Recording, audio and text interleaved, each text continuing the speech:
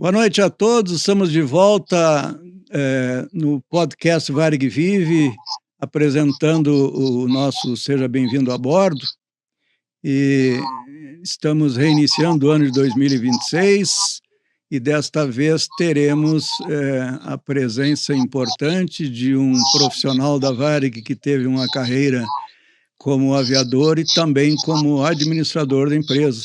Iniciou como alguém oriundo de manutenção, foi engenheiro de voo e atingiu a função de presidente da empresa. Estou falando com o comandante Luiz Martins. Seja bem-vindo, Luiz Martins. Obrigado por estar aqui com vocês. Tenho acompanhado esse canal e muito me emocionado com o carinho que vocês têm ainda com a memória da Varig. Então, a gente continua enfrentando vários problemas em relação ao projeto Memorial Varig Vive, porque o empresário pensa diferente do amor que a gente tem pela Varig. A nossa intenção é manter, por isso criamos o podcast, que o podcast ele não depende de muitas finanças, né? Fazer uma gravação, o Luiz Martins vai deixar, isso vai ficar guardado e arquivado lá para o resto da vida. O resto da vida as pessoas vão saber desses que a gente fez e todos os outros futuros que a gente fará. A Varig Vive não tem uma finalidade econômica, é uma associação sem fins e que, ao mesmo tempo, precisa, para poder representar o grupo de funcionários, ter bastante associado.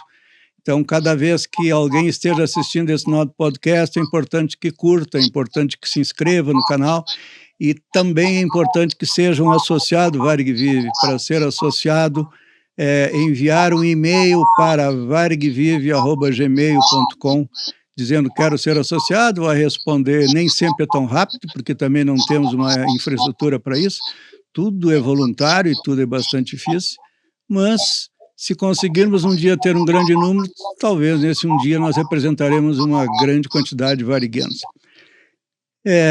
Agora vamos dar continuidade à nossa ilustre presença do comandante Luiz Martins. Luiz Martins, conta para nós como é que tu começou, da onde tu entrou, onde é que tu voou, os aviões que tu voou. Na medida que eu tiver alguma curiosidade, eu vou perguntando, quero evitar a tua falação, ok? Tá bom. Desde cedo eu quis ser piloto militar. E tentei a escola preparatória de cadete de aeronáutica, mas fui reprovado no exame de vista porque eu sou discromatópsico, que é um daltonismo em menor grau, e não era permitido nem para a aviação civil. E aí eu fui para a carreira de engenharia, acompanhando o meu pai, que era engenheiro, foi engenheiro da Paner e da Varig, se aposentou na Varig. Ele, durante a guerra, trabalhou na Glenn Martin, nos Estados Unidos, projetando e fabricando o B-26 lá perto lá de Boston. Aí tem uma curiosidade, o contato que eu tive com a Varig, se vocês acharem que eu estou me estendendo na história, por favor, não faça cerimônia, me avise. Eu, pequeno, sempre acompanhava meus pais, nos finais de semana que ele tinha que resolver alguma coisa lá no hangar, a Paner já tinha aquele hangar, e uma vez eu fiz uma observação a ele que a Paner tinha todo aquele equipamento originário da Pan American, e ele tinha verdadeiros andaimes que vestiam o motor quando tinha qualquer troca de motor, etc. E a Varig tinha na lateral desse grupo de hangares um barracão de zinco e que eles davam a assistência ao Super Constellation, através de um mecânico-chefe lá chamado Michael, que era muito ativo, etc. E o motor do Super era o mesmo motor do DC-7. E aí a Varig tinha, ao invés daquela parafernália toda para trocar o motor, ele tinha 3 caibros de eucalipto com a talha para botar o motor para cima, etc. Só que eles conseguiam trocar o motor do Super, que era o mesmo do DC-7, em 12 horas. E a Paner levava 24 horas para trocar o motor. Aí eu perguntei para o meu pai, com a inocência infantil, por que os tempos são diferentes, o motor não é o mesmo, etc. Ele disse, não, é porque eles são gaúchos. E isso iniciou a minha visão simpática que eu tinha a Varig.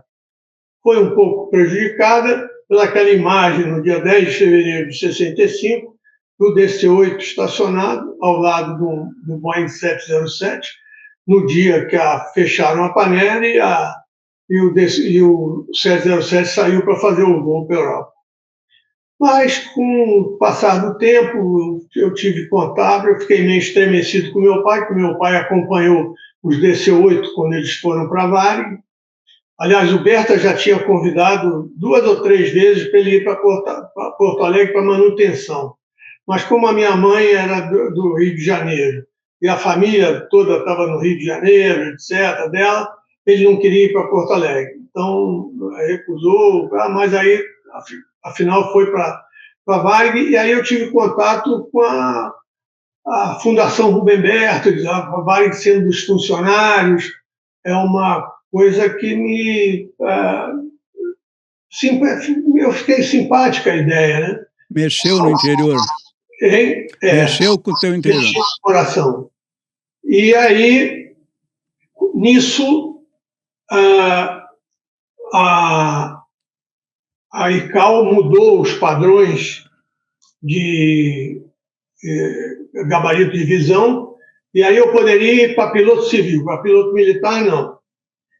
Fui numa semana da asa, encontrei o Schettini e disse que queria ir para a Varig para ser piloto. Porque pela Cruzeiro eu fui para os Estados Unidos fazer curso de Boeing 727 lá na Boeing, que a Cruzeiro tinha encomendado, e fui para Pratt Whitney fazer curso do JT8 e para Hamilton Standard e Windsor Locks fazer o curso do FCU. Então, durante o curso do 727, o pessoal da Cruzeiro, alguns não falavam inglês, então aproveitaram a minha estadia lá, que eu era intérprete para eles durante a instrução deles lá. E durante o cafezinho, os instrutores lá da Boeing deixavam eu brincar com o simulador 727. E aí eu gostei da história, digo, isso eu posso fazer, eu gostei. Não tem tanto atrativo quanto pousar e decolar de um porta-aviões, mas tem a sua emoção e interesse. E aí eu falei com o Schettini, numa semana da asa, que eu queria entrar para piloto da Varig. Eu era, no momento, estagiário de engenharia, eu estava no 3º ano de engenharia, e era da base de manutenção da Cruzeiro, na qual eu tinha entrado de ajudante de mecânico, tinha passado a instrutor de motores a reação e depois é estagiário de engenharia na base do Santos Dumont, cuidando do YS-11. Aí depois, antes um pouco, logo depois do curso da Boeing, eu fui para a Rolls-Royce, num estágio que eu tinha ganho da Rolls-Royce, fui para lá, para a Inglaterra, para fazer curso do RDA-10, do motor DART, que era do YS-11, e acabei fazendo curso do Conway e do Spey. E fui trabalhar numa fábrica na Escócia, em Skilbride, da Rolls-Royce, cuidando do Spey Phantom. Desvinculado da Cruzeiro, fosse trabalhar... Cruzeiro, era da Cruzeiro. Quando eu voltei, vim incendiado para ser piloto. Mas aí o Schettini disse, olha, a Varig não está admitindo pilotos, mas nós vamos iniciar uma turma de flight engineers e você, com a experiência que você tem, fatalmente você seria aprovado e tal, e depois você passa, quando deve, você passa para piloto. Foi aí que no dia 20 de abril de 1970, eu saí da Cruzeiro e no mesmo dia entrei na primeira turma de mecânicos de voo daquele ano, que inicialmente ia ser no Rio, mas depois foi para São Paulo. Para voar o Eletro. Para voar o Eletro.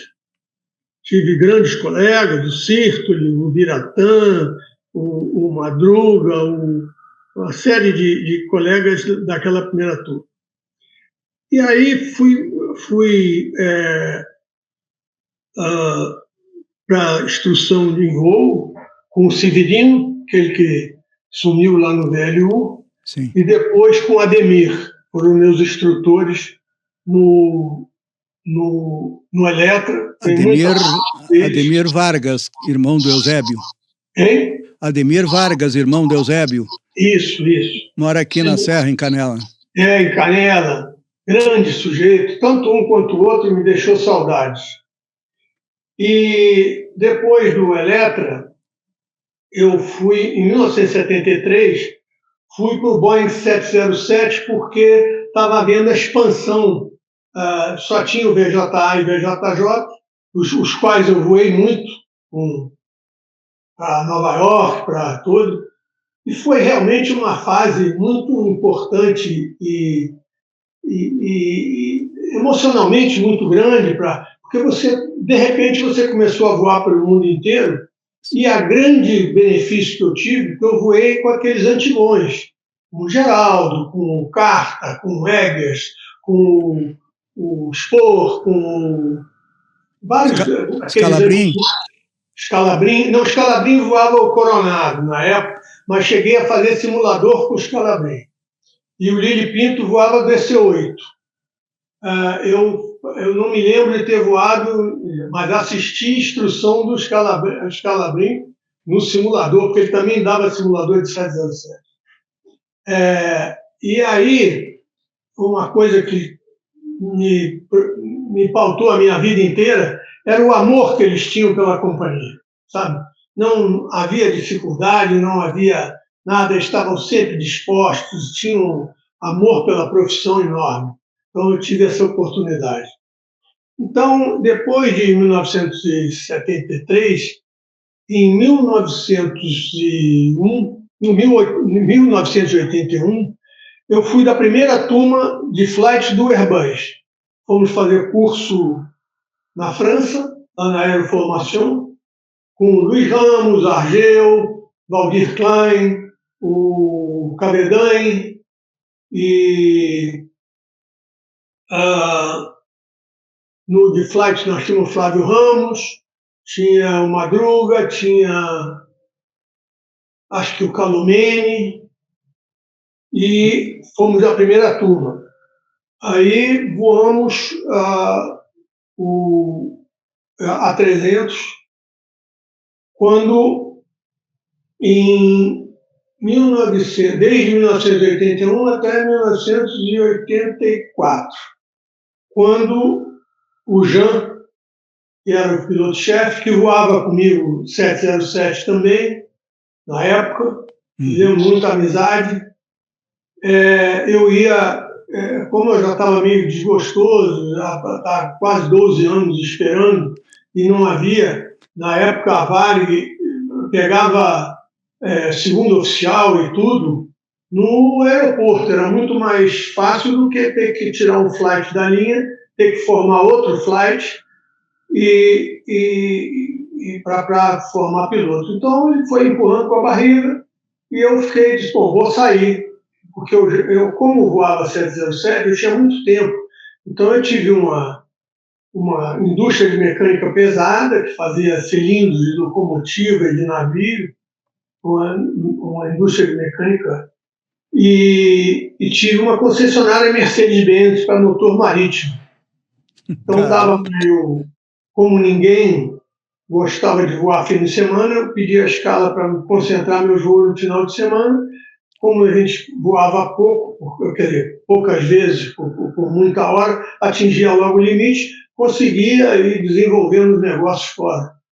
Aí fui conversando com o Jean, eu disse, eu acho que vou pedir minhas férias e depois vou sair porque eu vou cuidar dos meus negócios, porque eu não vou ser piloto, não vou ser... Não, eu vou te arrumar para ser, eu vou realizar seu sonho. E, efetivamente, ele me conseguiu que eu fosse fazer o curso de copiloto de Eletra, junto com Enio José Bistronski, um dos melhores mecânicos que eu já vi. Que também veio de oriunda, era Flight, era aqui de Porto Alegre, então entrou na tua turma como copiloto. Eu trabalhei com o Bistronski. E ele entendia do Eletra para burro. E aí saímos para a instrução de linha. eu fui ser aluno do Severino, aquele que sumiu no VLU, e depois com o Ademir aí de Gramado, todos os dois ótimos, sinto muita saudade dessa época, sabe? Aí voei um pouco Eletra, tem uma história gozada, se eu tiver tempo para contar. Claro, mas essas que o pessoal gosta. Nós fazíamos um voo para Assunção, né? Porque naquela época não tinha Guarulhos, então os voos internacionais chegavam no Galeão e o Eletra pegava, ia para Congonhas, para Foz e para Assunção. E na volta trazia os passageiros para o voo de noite. Quando chegava em Foz do Iguaçu, o comandante era o Poniche e o William, e eu.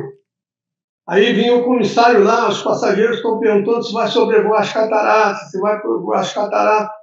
Aí eu disse, ok. Aí você tinha que falar com as três controles ali, da Argentina, do Paraguai e de Foz, pedindo licença para fazer o sobrevoo das cataratas. Eles autorizaram, quem estava operando era o William. O primeiro oficial era o Poniche, que era o master do. Olha, o William entrou dentro lá da garganta do diabo com o avião, tanto é que quando eu olhei no skylight que tinha aqui em cima do Eletra, eu vi a árvore ali. E aí deu uma puxada total. Quando nós pousamos em Foz, eu vi que havia um burburinho ali na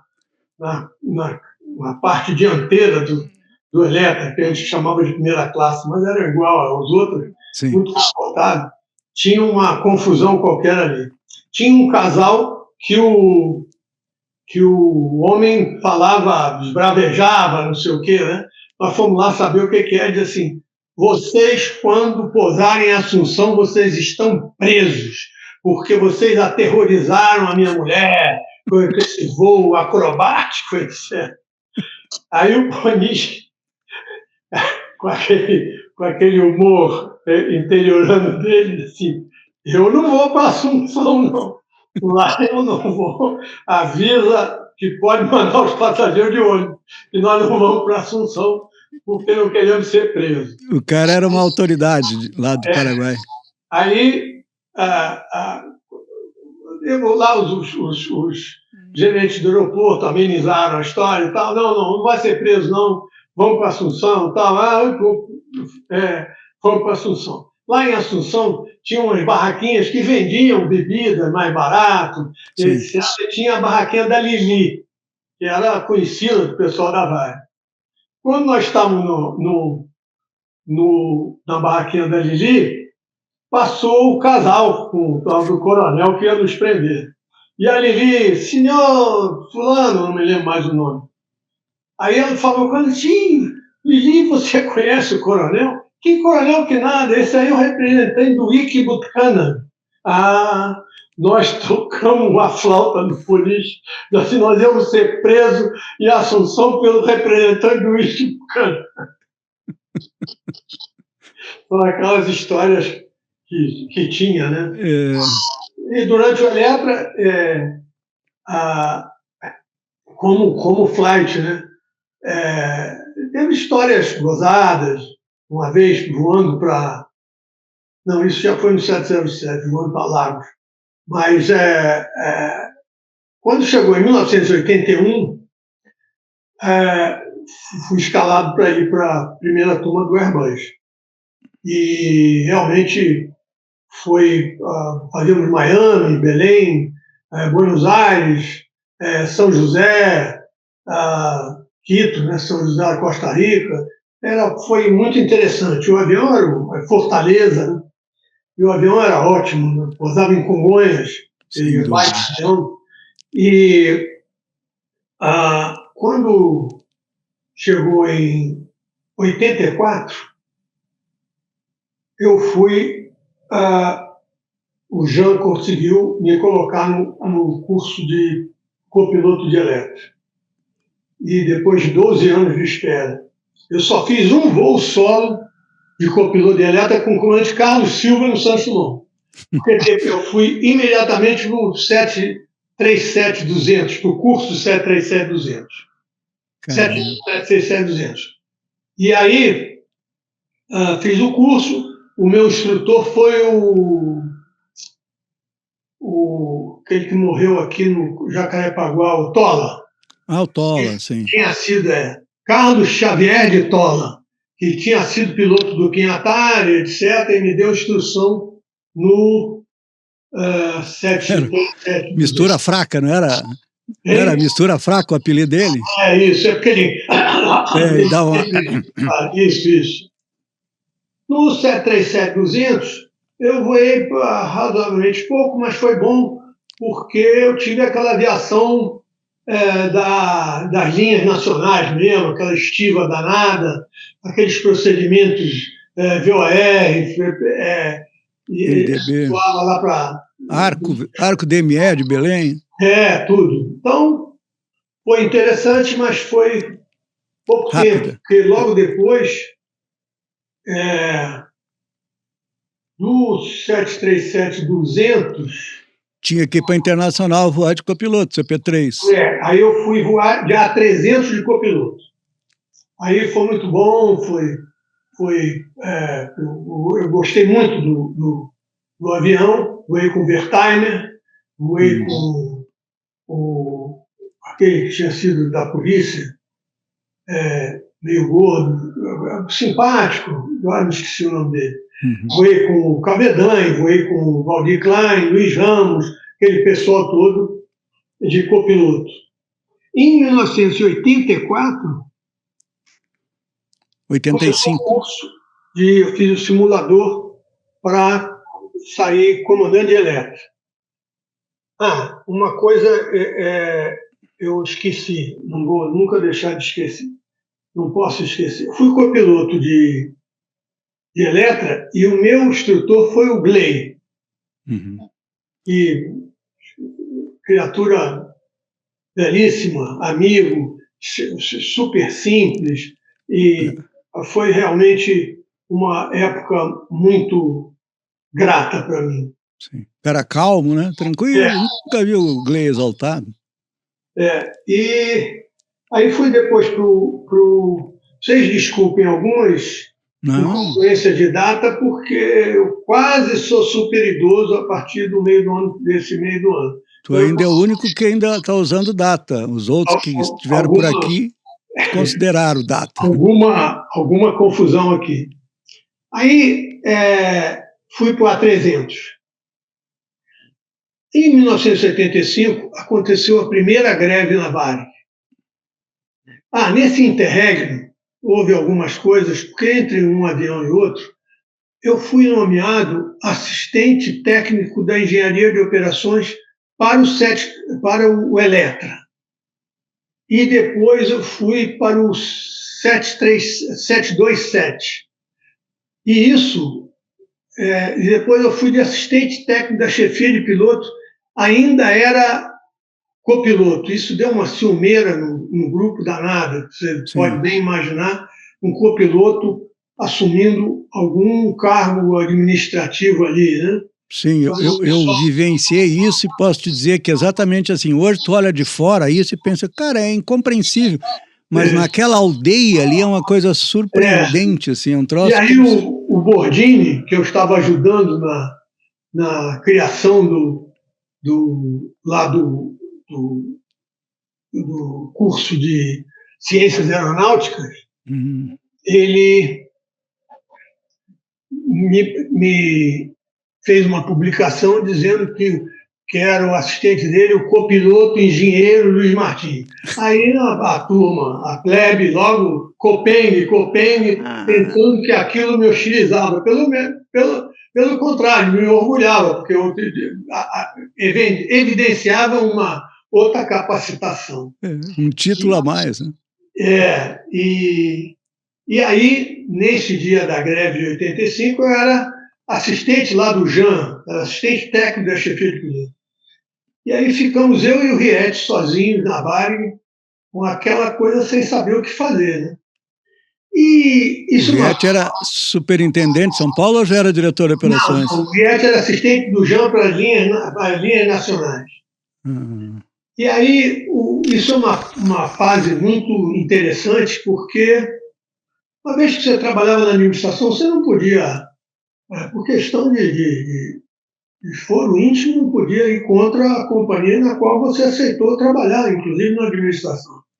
Então, ficamos eu e o Riete sem saber. E a VASP e a Transbrasil usavam um argumento contra a monodesignação para uma empresa de bandeira, que, no caso dela ter algum problema, o Brasil deixaria de voar para fora. E eles advogavam a multidesignação para pegar carona nas linhas internacionais, que eles pensavam que era uma barbada, etc. E tal. E, consequentemente, no SNEA, a Varig, naquele ano do dissídio, queria dar 12,5% de dissídio. E a VASP, a Transbrasil, lá no SNEA, que é o Sindicato Nacional de Empresas Aéreas, não aceitaram, só podiam dar 7%. E aí o SNEA teve, por maioria lá, adotar o valor de 7%. Mas aí insuflaram, houve uma associação entre a CUT, a APVAR e o SNEA, o SNA, o sindicato, que na época era o Laborato, era nas vésperas da Constituinte de 1988, então eles queriam demonstrar o poder do sindicalismo para os constituintes, para conseguir na Constituição vários benefícios trabalhistas. Então, houve essa associação, a APVAR entrou, o SNA entrou e saiu a greve. Então, numa reunião lá na diretoria, lá, sem saber, até tem uma história gozada que acho que o Riete até comentou no live dele. O seu Hélio pediu para eu e o Riete, que as nossas carteiras, o Riete parece que já estava em curso do 707, e eu estava no Airbus, mas aí as carteiras ainda estavam em dia. Então pediu para nós pegarmos um avião e íamos buscar ele em São Paulo. Como os piquetes tinham cercado tanto o Santos Dumont e o Galeão, nós resolvemos que nós íamos de avião para o Galeão. Então nós íamos de Líder para o Galeão, de um jatinho da Líder para o Galeão. E lá íamos pegar um 737 para ir buscar o seu Hélio em São Paulo. Mas nesse interregno, o Flammarion parece que tinha acertado com o seu Hélio que ele poderia trazê-lo de São Paulo para o Rio. Flammarion era o embaixador da Bolívia. É isso. E aí nós chegamos no Galeão, tinha um avião cheio de passageiros já, que não tinha tripulação, porque não conseguia passar pelos piquetes, que ia para Assunção, Foz e Assunção. Aí eu e o Riete entramos no avião para fazer um voo internacional, porque o maior objetivo é fazer os voos internacionais para dizer que a Varig não deixou de voar para fora. Tal. Aí chegamos, voltamos e fomos convocados para nova reunião lá na diretoria, uma mesa enorme que tinha de reunião lá e tal, sentamos lá. Gestão Hélio Schmidt, presidente. Hélio Schmidt, presidente, o Walter de vice-presidente, o Rubio de vice-presidente, o seu Santos de presidente e o Arro de planejamento. E o Gordini estava lá também. Aí nós estávamos sentadinhos lá no final da mesa e tal, papapá. Todo mundo, o que fazer, como é que vai, como é que nós podemos voar para voar voos internacionais, que isso não vai ser bom. O Collor era o presidente na época. Bom, aí nós levantamos o dedo lá no final da mesa. Lá.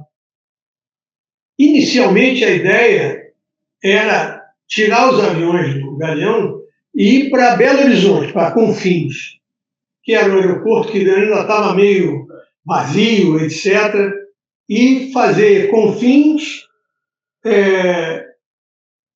Galeão e sair para a Europa e Estados Unidos. Mas aí, quer dizer, antes deles nos nos franquearem a palavra, nós ficamos lá com o dedinho levantado. E aí o Arro disse, não, deixa os meninos falarem lá, qual é a ideia deles? Foi aí que nós dissemos, tirar os aviões do Rio de Janeiro e ir para Confins e tal. Aí o Bordini, que também estava na reunião, disse, não, é melhor levar para Porto Alegre, porque lá o contingente desses antigos pilotos, etc., que são do lado da empresa, que ajudaram a construir a empresa, não iam se negar e nós podemos fazer Porto Alegre, Rio e voar para fora. Aí foi delineada a Operação Ícaro, que era... Galeão Poa. Era para arregimentar os comissários que eram do lado da empresa, que não tinham envolvimento nessas disputas aí sindicais, etc., e concentrar todo mundo no Copacabana Palace. E o Bordini ia lá para ser o gerente lá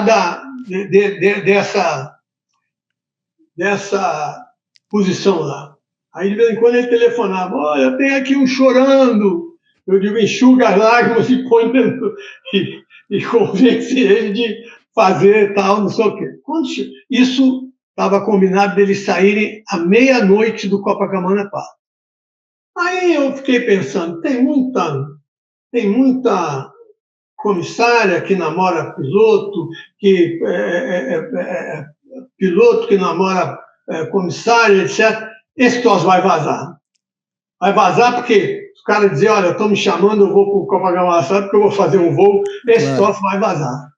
Então vamos tirar o pessoal lá do Copacabana Palace antes que os piquetes cercassem o Copacabana Palace, que havia um enfrentamento indesejável lá, né? O Ricardo Cel, que tinha sido da Cruzeiro, estava lá no Copacabana Palace dizendo as coisas mais gozadas, ele tinha um bom humor danado e tal, estava lá. Aí o seu Rubel disse na hora lá, não vamos sair do combinado, senão isso é a primeira coisa para o plano não dar certo, porque o combinado com o Coronel Brown, que naquela época era da FAB ainda, depois ele veio até voar na Varig quando ele se reformou, ele tinha combinado que esse ônibus com os tripulantes iam chegar lá no Comar, a antiga Paner, à meia-noite. Então, disse, não, vamos tirar lá, vamos tirar. Não vou fazer isso. Ali o Hélio disse, não, deixa eles é que inventaram. Tem um detalhe que eu esqueci. Depois antes de deflagrar esse troço, logo que foi decidido que ia fazer essa operação Ícaro... Essa logística para o Copacabana. O Schettini também estava nessa reunião. E nós fomos andando lá da presidência para a diretoria de operações, sendo ademoestados pelo Schettini. Agora vocês têm que administrar isso sozinhos, porque vocês arrumaram essa confusão, eu não quero me meter nisso. E ficamos eu e o Riet de noite, a noite inteira, telefonando para todo mundo quem a gente pudesse achar que iria voar. E formou-se um grupo, o Jean estava no meio, vários comandantes aceitaram, etc. e tal. E aí, nas 10 horas da noite, efetivamente, saiu o ônibus do Copacabana Palace e ficou escondido ali no aterro. E aí o Ricardo Cel telefonou depois da saída do ônibus, chegaram os piquetes, cercaram o hotel, mas estava toda a tripulação, comissários de tripulação. À meia-noite entraram no Comar, entraram no Avro e foram para o Galeão. E estava operando a pista 28 no Galeão. E não tinha ILS, não tinha nada. O Jean contando a aproximação, que o Jean ficou sentado perto da cabine dos pilotos. Para essa aproximação é de você morrer de rir. Mas, pelada. Enfim, chegaram o pessoal e, de repente, foi uma das coisas que arrefeceu foi quando eles viram começar a decolar avião que eles não sabiam, ninguém ainda sabia direito o que estava acontecendo, e foi para Porto Alegre. Quando o pessoal lá da manutenção chegou lá de manhã em Porto Alegre, o avião estava coalhado de whiteboards em Porto Alegre, e daí a Varig conseguiu fazer pelo menos um voo para a Europa, outro para os Estados Unidos, contradizendo o argumento da VASP, da Transbrasil, contra a multidesignação. Mas, na Quinta CONAC, o Collor, numa ação eleitoreira, abriu os céus para as estrangeiras. E as 5 maiores companhias estrangeiras, a Eastern, a United, American e a Braniff, começaram a voar para cá, contrariando o acordo bilateral que limitava essas aviações. Um para cada um, né? Acabou não sendo um para cada um. Isso foi um dos fatores das dificuldades da Varig, foi justamente essa, porque a competição era totalmente desigual, né? Sim. Eles tinham 8% ao ano de capital, enquanto nós tínhamos 30%, 40%, 50%. O combustível deles era mais barato do que as nacionais, do que a Varig, a concorrente nacional, por causa do PIS/COFINS que incidia no combustível. As peças que eles tinham eram mais fáceis de conseguir e a moeda deles é mais forte. E a captação deles, nas suas origens, era muito maior do que aqui. A Varig tinha que voar 8 horas até chegar numa cidade ou num país economicamente melhor do que o nosso. Então, isso foi uma desvantagem grande. Bom, saiu a greve de 85, e quando chegou em 86, eu fui promovido para comandante de Eletra. Comandante de Eletra, em 87 eu entrei para o Colégio Deliberante. Nesse período do Eletra, eu cheguei a fazer alguns voos contigo e com o teu instrutor, que era o Topper, né? Uhum. Fiz parte da tripulação de algumas pernas ali da ponte aérea. Muito mais do que um prazer, foi um privilégio fazer parte da sua tripulação. Igual. Aí, em 87, eu entrei para o Colégio Deliberante. Em 88, o seu Hélio, o seu Hélio queria me mandar fazer a ESG, lá no CAEP da ESG, curso de altos estudos de política estratégica da ESG. E eu queria ir para o CAEP, que era um curso similar, mas da aeronáutica. Mas o seu Hélio insistiu, não, vai fazer o CAEP, que politicamente é melhor, é um curso mais antigo, vai fazer. Então tá bom, eu fui fazer o CAEP em 88. Ali na Escola Superior de Guerra, no Rio de Janeiro. Em 89, eles me mandaram fazer o MBA na UFRJ. O Master in Business and Administration na UFRJ. Tu estava voando Eletra, com a carteira do Eletra? Eu só voava fim de semana. Uhum. Eu voava fim de semana, porque aí por autorrecreação minha, porque eu queria curtir. Claro. Até tem uma entrevista no Jô Soares, que no meu primeiro voo solo como comandante de Eletra, eu fui a São Paulo, quando eu voltei para o Rio, estava fechado o Galeão. Aí eu digo, será que no primeiro voo eu já vou para a alternativa? Não, a vida, temos combustível, vamos esperar aqui. Aí ficamos em cima de Santa Cruz, esperando o nevoeiro lá acabar com o Santos Dumont, depois pousamos no Santos Dumont. Nesse ano, fui requisitado para um dia ir lá procurar o VMK, lá, o 737 que tinha caído lá na região de Carajás, lá do Xingu. Fomos lá com 2 Eletras, lá para Belém, que o seu Hélio tinha pedido. Voamos para cima e para baixo. Estava o Ferreira Pinto e o Fágima. E eu estava no outro. e chegamos em Santa Isabel do Morro. Um foi para o sul e outro foi para o norte, e o Fátima foi para o sul, o Ferreira Pinto foi para o sul. E aí viemos a 200 pés em cima do rio para ver se, porventura, algum sobrevivente teria caminhado para a margem do rio para saber onde é que eles estavam. Por quê? O Abrunhosa, num voo de Nova York para o Rio de 707, escutou o LT transmitindo e marcou a região que estava.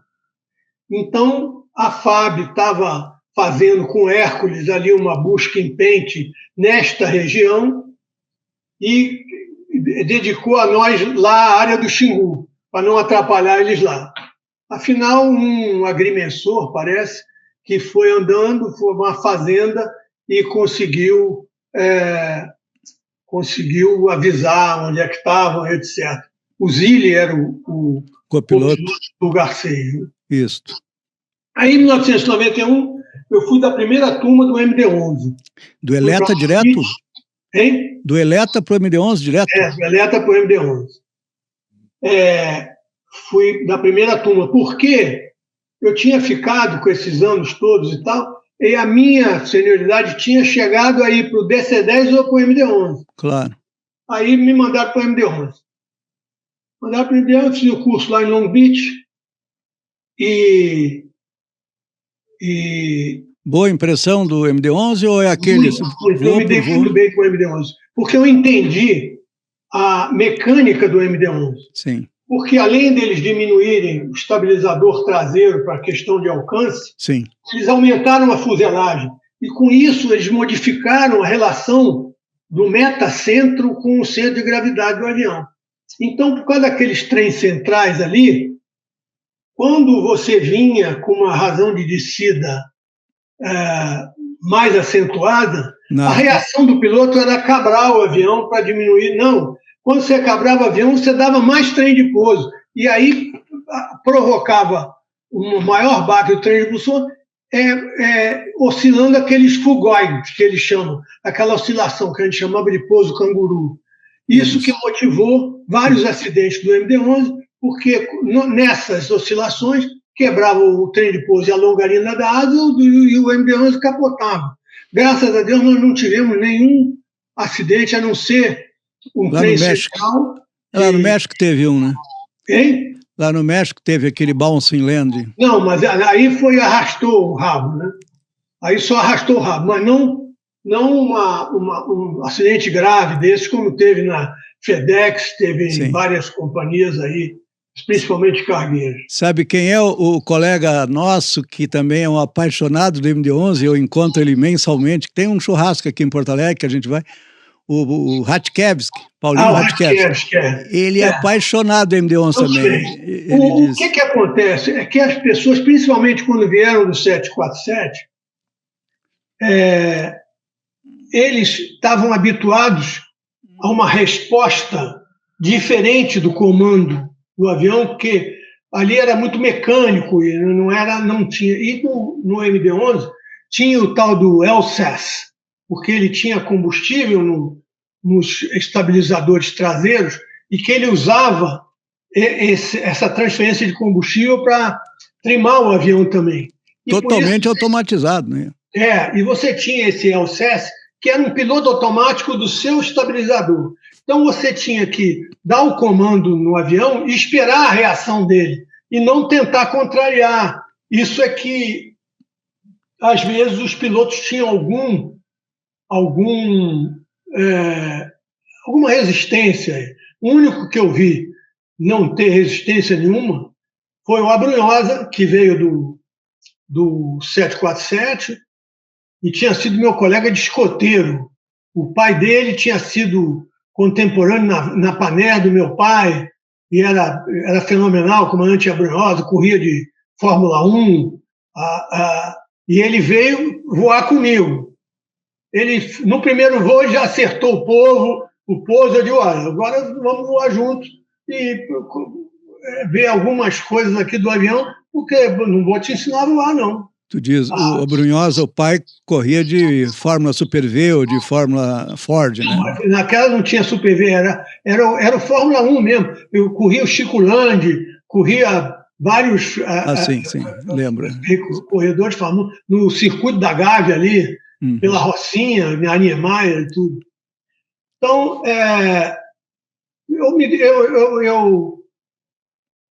eu ganhei MD-11, fui instrutor de simulador, checador, etc. E em 1994, no dia 14 de maio, eu li uma carta, tenho até a cópia dela, se quiser eu te mando, eu tenho esses documentos todos impressos aqui, no Colégio Deliberante da Fundação, dizendo da necessidade de uma modernização no Estatuto, dizendo que é muita responsabilidade atribuímos ao presidente da Fundação, que é o presidente do Conselho de Administração da Varig, que é o presidente da Varig. E que, sendo a Fundação um congraçamento dos funcionários, representante dos funcionários na administração da empresa, deveriam ser as decisões por voto secreto e individuais. E aí eu li essa carta, e até o Guiete ainda brincou comigo quando tu enviou a carta. Tu elaborou e enviou a carta, é isso? Hein? Tu elaboraste e enviaste a carta, é isso? Não, eu li na Assembleia do Colégio. Ah, sim, mas tu que tinha elaborado ela. Tinha. Ah, sim. Aí foram os segundos mais longos da minha vida, quando eu terminei de ler aquele silêncio sepulcral, e aí, alguns segundos depois, começou acredito que sejam os meus amigos que começaram a bater palma, e aí todo o colégio bateu palma.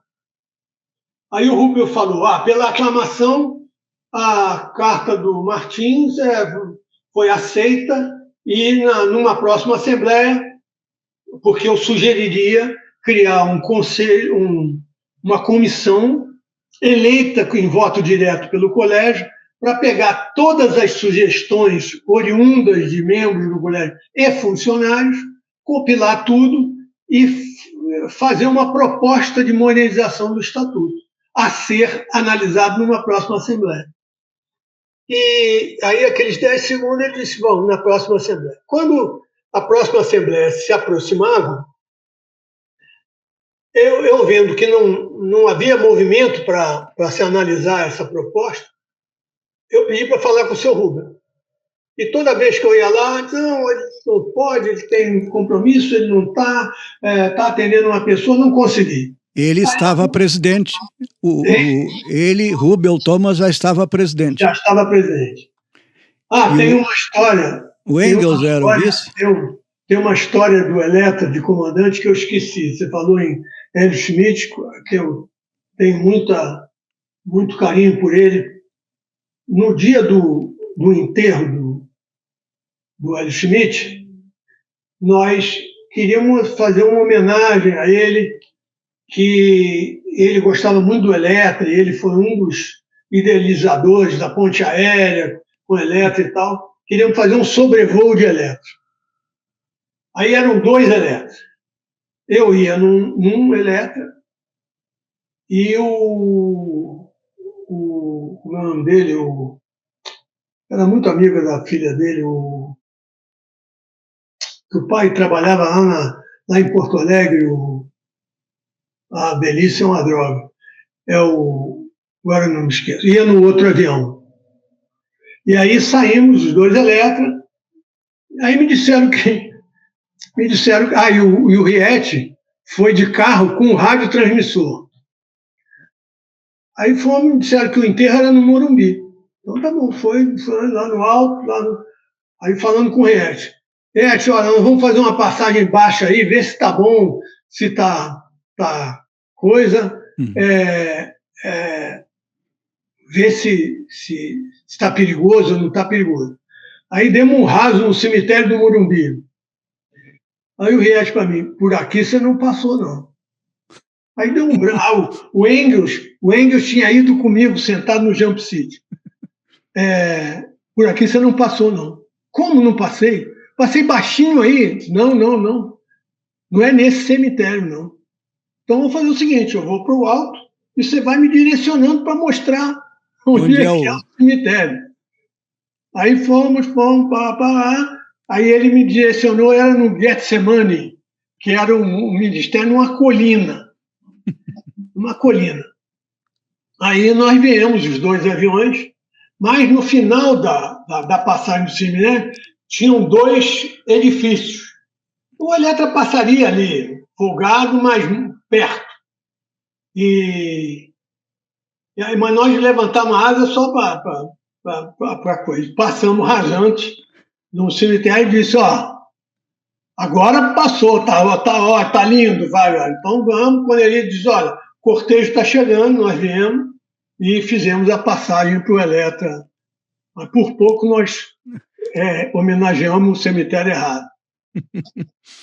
Bom, voltando ao Tu estava lá no Colégio Deliberante pretendendo mudar o estatuto. Comecei o abaixo-assinado. Comecei abaixo-assinado e aí teve muita gente que ficava andando de lado, teve alguns diretores que assinaram, o Sérgio Prates assinou, o João Luiz assinou para coisa, mas tinha muitos que não assinaram. Aí era próprio do perfil do colégio, né? Eles apoiavam quem estava na crista da onda, eles apoiavam. Aí o Miguel Dal me ajudava com as assinaturas, em São Paulo tinha outro, etc. Estavam colhendo assinatura. Aí nós estávamos no gabinete do Riet, estava com o Walterson, o Engels, o Riet e eu. Aí a secretária chega lá e diz assim, o senhor Rubel está lhe chamando.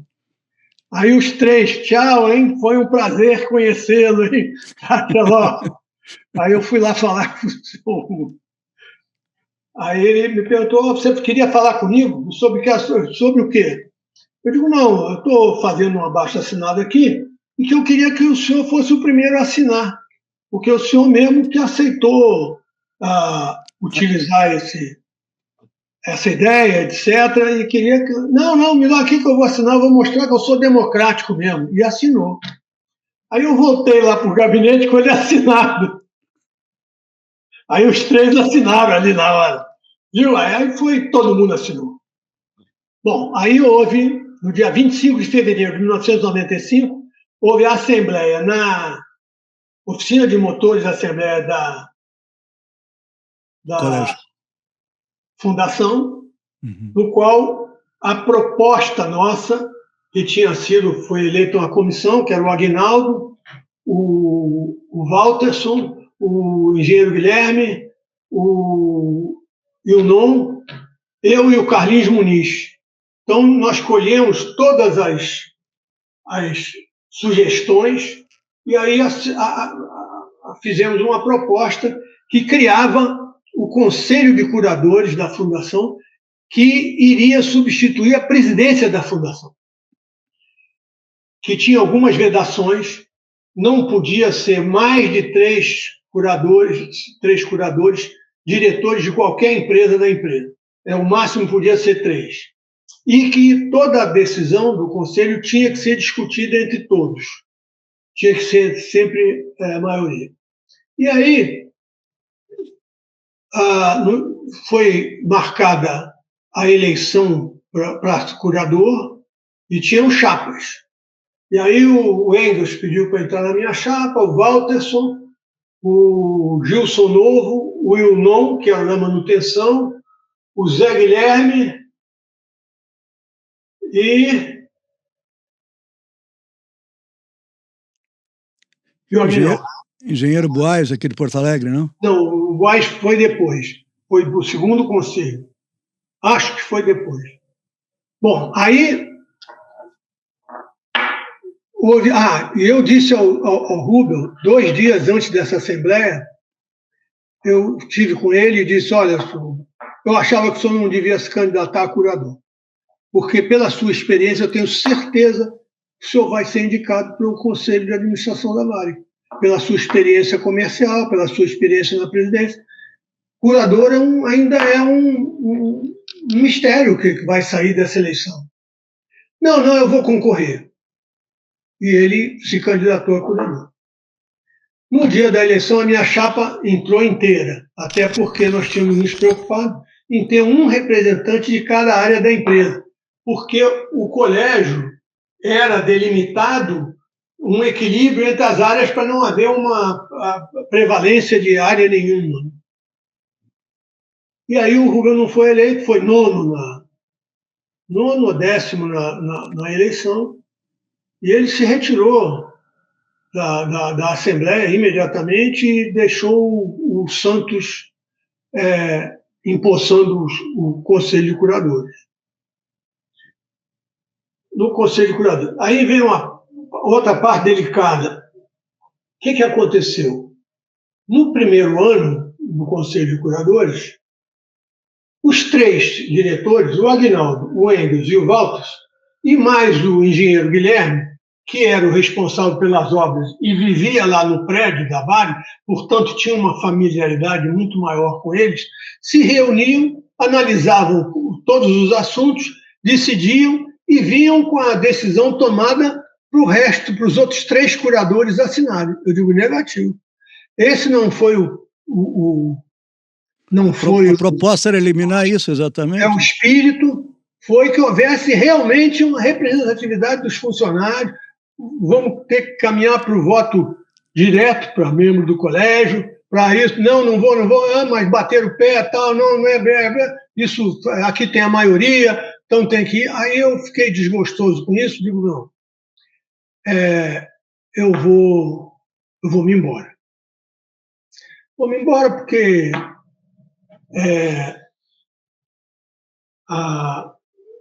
não tá bom. Aí fui voar não fui voar. Fui voar na Coreia. Pedi demissão do Conselho Curador e fui para voar em Seul. A família ficou em Los Angeles. Eu fui voar pelo Pacífico e Oriente Médio, lá para o Havaí, para Papete, para lá Jacarta, para Bangkok, para Madras, na Índia, para Colombo, para tudo aquilo, para Xangai, para Fukuoka. Foi interessante. E tinha voo para Nova York também, de cargueiro, que você voava passageiro e cargueiro de avião. E o voo de Nova York para Seul vinha pelo polo, e aí você via toda hora a aurora boreal, etc. e tal. Então... Tu pediu licença sem vencimentos, estava com a vaga ainda mantida como aviador. Estava acabado e ainda mantido, claro. Deixa eu te propor o seguinte, nós estamos com quase 1 hora de uma boa conversa, e tem a partir de aqui essa parte interessante, e eu vou usar uma máxima que diz, não tem como discutir ou conversar com o Filipão Scolari sem discutir o 7-1. Não tem como eu estar com o Luiz Martins e não discutir a parte de diretor de operações, vice-presidente, presidente, todos os entraves, tudo que atrapalhou, eu tenho certeza que tu vai mencionar, envolvimento de partido político, envolvimento de situações que conspiraram contra de uma forma que soubemos, e fazermos isso num outro episódio, concorda? Será um prazer. Então... Porque eu tenho que corrigir várias coisas, várias narrativas que os ditos especialistas têm falado sobre a Varig e nem um pouco realmente a verdade. Porque eles não foram protagonistas e não sabem exatamente o que aconteceu. E eu tenho prova de tudo isso. Concordo contigo, e principalmente numa linha que eu sei que é que tu pensa, que o pessoal diz, era muito mal administrado. Como é que uma empresa chega a 80 anos mal administrada? Exatamente. Quebrou com os óbices que empresas aéreas têm aí. As que eram bem administradas hoje também estão com problema. Já estão com 10 anos, 15 anos, já estão pior do que nós estivemos no final de contas. Claro, isso aí, isso é uma injustiça com os antigos administradores. Eu acho que isso nós vamos colocar bem com clareza na próxima parte 2 de Luiz Martins, para não ficar... Vamos marcar para um outro momento. Preciso que tu me mande aí umas fotos importantes disso que conversamos agora, para a gente anexar nessa chamada, porque esse já vai para o ar em breve. Uma edição, algumas coisas assim. Tá bom, isso eu mando.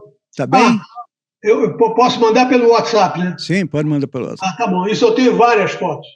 Ótimo. Muito obrigado, seja bem-vindo sempre e até a próxima, em breve, tá bem?